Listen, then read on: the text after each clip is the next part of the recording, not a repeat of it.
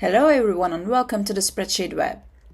When you create a new grid control, whether it's for input or output, the default alignment for the entire grid is set to left. However, you can easily change this. To do so, open the Grid's designer interface and scroll down to the sections for header alignment and content alignment.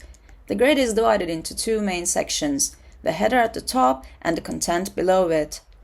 You can control the alignment of these two sections separately. Simply set the header alignment to left, right or center and do the same for the content alignment. You can preview your changes to see how the alignment for the entire grid looks as well.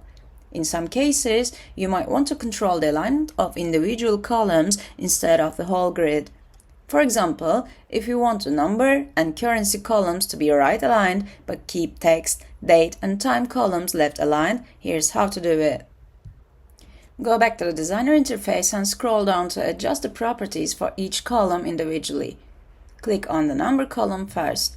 You'll notice that it has its own alignment settings. Change the content alignment to right. Then, repeat the process for the currency column by selecting right for its content alignment as well. Make sure to save your changes before continuing. Once you've made your adjustments, hit preview. Now, you will see that only the content of the number and currency columns is right aligned, while the rest of the columns remain left aligned as per the default configuration.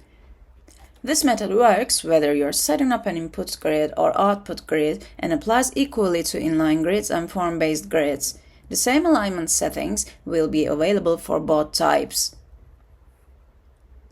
Join SpreadsheetWeb Hub to simplify your work.